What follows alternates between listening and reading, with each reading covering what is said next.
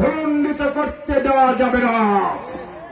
যদি আমাদের দলের কেউ মানুষের উপর অন্যায় অত্যাচার করেন, যদি কারো উপরে শক্তি প্রয়োগ করে যদি মনের ঝাল মিটাতে চান, আমরা সেটা বরদাস্ত করব না। বিগত দিনের রাজনীতি থেকে বাংলাদেশ জাতীয়তাবাদী দল বিগত দিনের আওয়ামী লীগের রাজনীতিকে ঘৃণা করে আমরা সেই রাজনীতিকে গ্রহণ করতে পারি না। এই দেশের যেটা পছন্দ করবেন বাংলাদেশের জাতীয়তাবাদী দলের নেতা তারেক রহমান, আমাদের নেত্রী বেগম খালেদা জিয়া, মানুষ যেটা যেটা চাবেন সেই দাবিগুলোর আগামী দিনে ইনশাআল্লাহ জাতীয়তাবাদী দলের মাধ্যমে সেইগুলো বাস্তবায়ন হবে। এখানে অনেকেই মাস্টার করতে চান, জেনে রাখেন মাস্তানি করার যুগ শেষ হয়েছে। সেই অধ্যায়ের পতন ঘটেছে।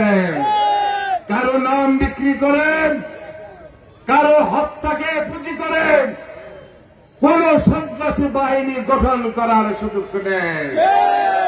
আপনারা যারা জনগণ আছেন, আপনারা যে ভাবেন 15.5 বছর সন্ত্রাসীদের বিরুদ্ধে ঐক্যবদ্ধ থেকেছেন, আগামী দিনে সুন্দর বাংলাদেশ গড়ার প্রত্যাশা নিয়ে সেই অঙ্গীকার করবেন কোন মাস্তানের অস্তিত্ব এই পিগনাইনে থাকবে না।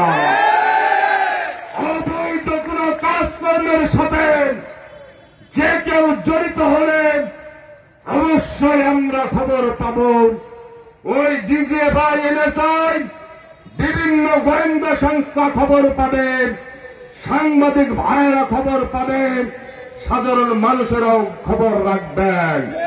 কাউকে ছাড় দেওয়া হবে না। আমরা আগামী দিনে দুর্নীতি মুক্ত, সন্ত্রাস মুক্ত বাংলাদেশ গড়তে চাই।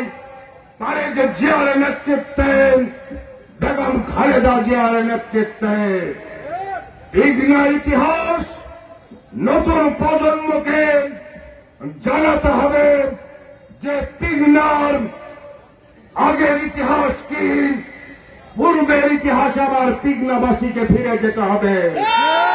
যেখান থেকে সরিষাবাড়ির সভ্যতা চালু হয়েছে, যেখান থেকে সরিষাবাড়ির শিক্ষা চালু হয়েছে, সেই পিগনাবাসীকে দলমত নির্বিশেষে ঐক্যবদ্ধ হতে হবে। কিভাবে একটি সুন্দর পরিবেশ সৃষ্টি পিগনাতে করে সারা সরিষাবাড়িতে ছড়িয়ে দেওয়া যায়।